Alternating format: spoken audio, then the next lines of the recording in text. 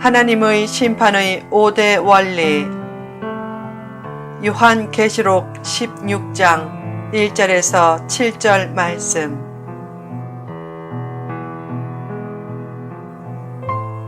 하나님의 심판의 5대 원리. 요한계시록에서 종말의 때는 7인, 7나팔, 7대접 심판의 순서로 묘사되어 있다. 특히 7째 인을 뗄 때부터 7나팔의 심판이 묘사되어 있고 7째 나팔을 불 때 7대접 심판이 묘사되는 구조로 이루어져 있다. 마지막 심판인 7대접 심판은 하나님의 진노가 담긴 심판이다. 본문에는 7대접 심판 중 3가지 대접 심판이 묘사되어 있다. 본문을 통해 하나님의 심판에 관한 5대 원리를 살펴보자. 1. 하나님의 심판은 반드시 있다. 왜 많은 사람들이 죄를 짓고도 회개하지 않고 마음이 편한가? 하나님의 심판을 진정으로 믿지 않기 때문이다. 하나님의 심판은 있어야 한다. 만약 하나님의 심판이 없다면 모든 우주 만물과 사람들은 브레이크 없는 자동차처럼 될 것이다.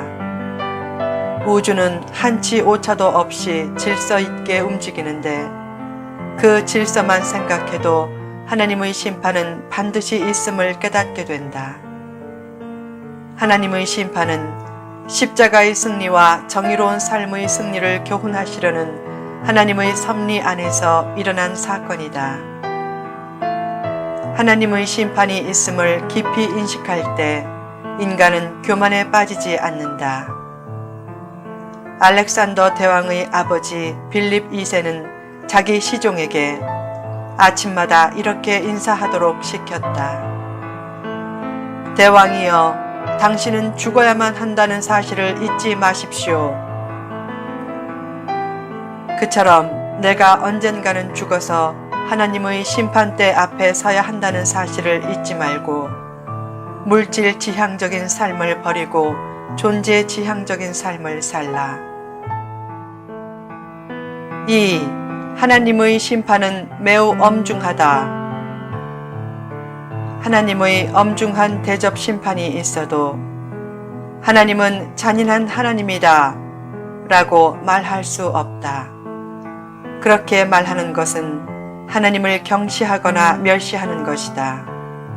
인터넷을 보면 하나님을 멸시하는 사람들이 있다.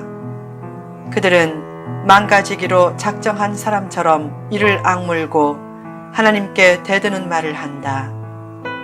그런 말을 할수록 하나님의 심판은 더욱 엄중해진다. 지금은 마음껏 하나님을 무시하지만 조만간 그런 행동이 얼마나 무서운 심판을 초래하는지를 깨닫게 될 날이 온다. 하나님은 사랑의 하나님이면서 공의의 하나님이기에 하나님의 심판도 엄중하게 나타난다. 공의와 질서가 확립되지 않으면 어떤 인간 공동체도 바로 설 수 없다. 결국 하나님의 심판은 선인을 위한 하나님의 보호막과 같다. 사랑과 용서를 공의의 양보로 오해하지 말라. 동생이 잘못했는데 내가 형이니까 참아라 라고 하고 형이 잘못했는데 내가 동생이니까 참아라 라고 하면 바른 모습이 아니다. 죄와 잘못을 용납하는 것은 사랑이 아니다. 때로는 엄중한 심판을 통해 하나님의 공의를 행사하는 것이 참된 하나님의 사랑이다. 3. 하나님의 심판은 참되고 의롭다. 본문 5절에 나오는 물을 차지한 천사가 전에도 계셨고 지금도 계신 거룩하신 이여, 이렇게 심판하시니 의로우시도다 라고 하자 하늘 제단에서도 그 천사의 말에 화답하며 이런 소리가 들렸다.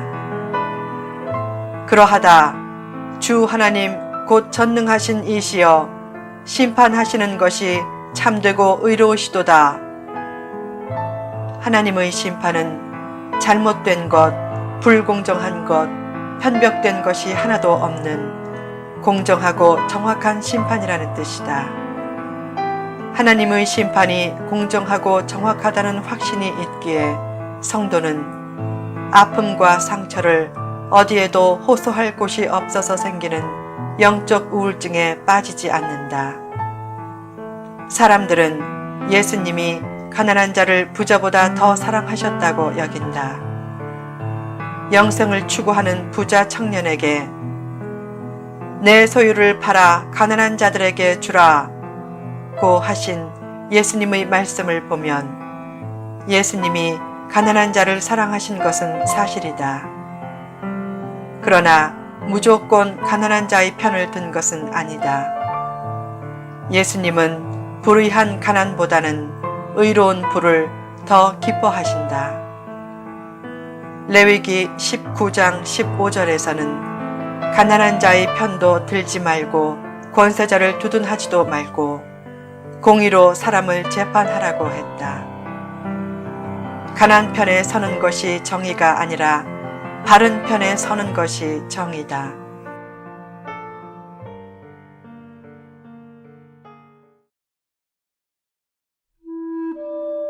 4.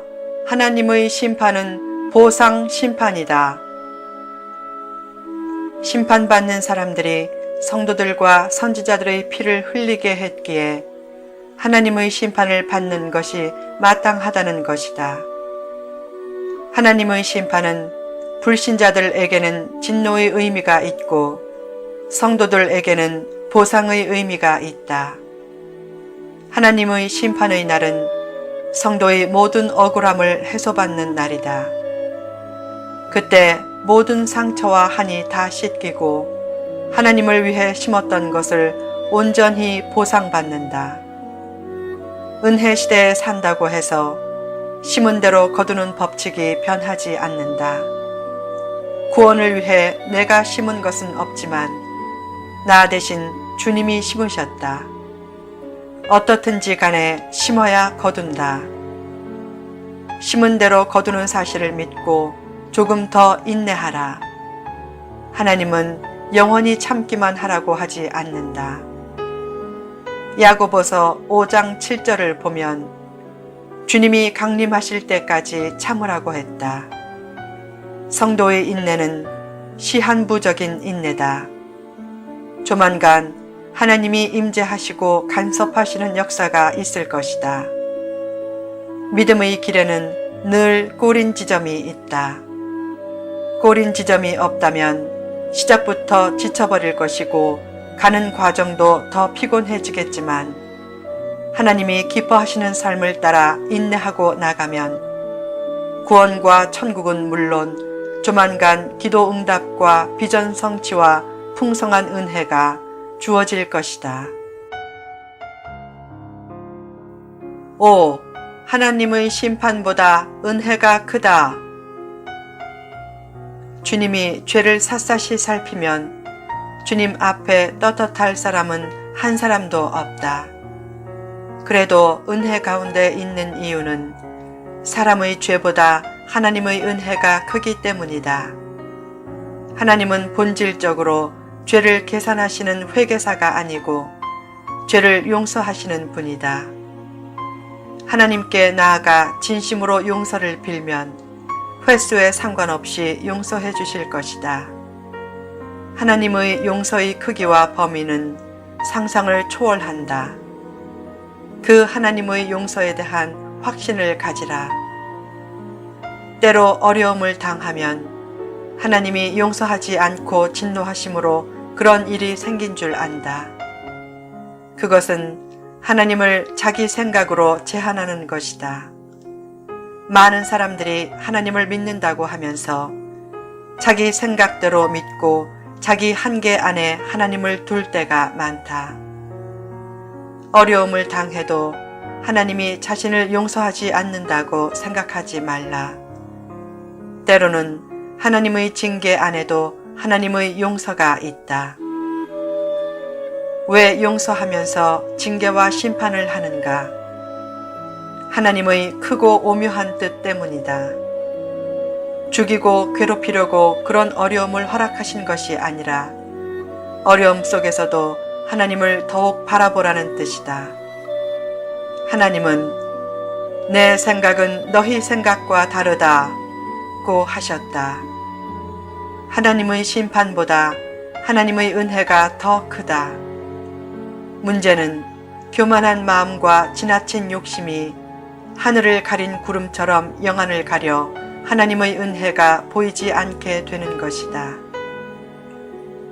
대환란은 7년 동안 지속되기에 7년 대환란이라고도 한다. 그 환란 중에서 후 3년 반인 약 1260일간은 인류 역사상 최악의 독재자인 적그리스도에 의해 무서운 시련이 계속될 것이다. 그 마지막 때쯤에 있을 7 대접 심판은 인류 역사상 가장 무서운 환란의 시기다. 그때에 대해 예수님은 마태복음 24장 21절에서 이렇게 말씀했다. 이는 그때에 큰 환란이 있겠음이라. 창세로부터 지금까지 이런 환란이 없었고 후에도 없으리라. 극심한 대환란 중에도 빌라델비아 교회 성도와 같은 신실한 성도는 환란을 면제받는다. 요한계시록 3장 10절을 보면 빌라델비아 교회를 향해 주님이 이렇게 말씀했다. 내가 나의 인내의 말씀을 지켰은즉 내가 또한 너를 지켜 시험의 때를 면하게 하리니 이는 장차 온 세상에 임하여 땅에 거하는 자들을 시험할 때라. 종말 때에 아무리 무서운 심판이 예상된다고 해도 너무 겁낼 필요가 없다. 정말로 겁내야 할 것은 하나님 앞에 바로 서지 못하고 신앙이 형식적인 신앙으로 바뀌는 것이다.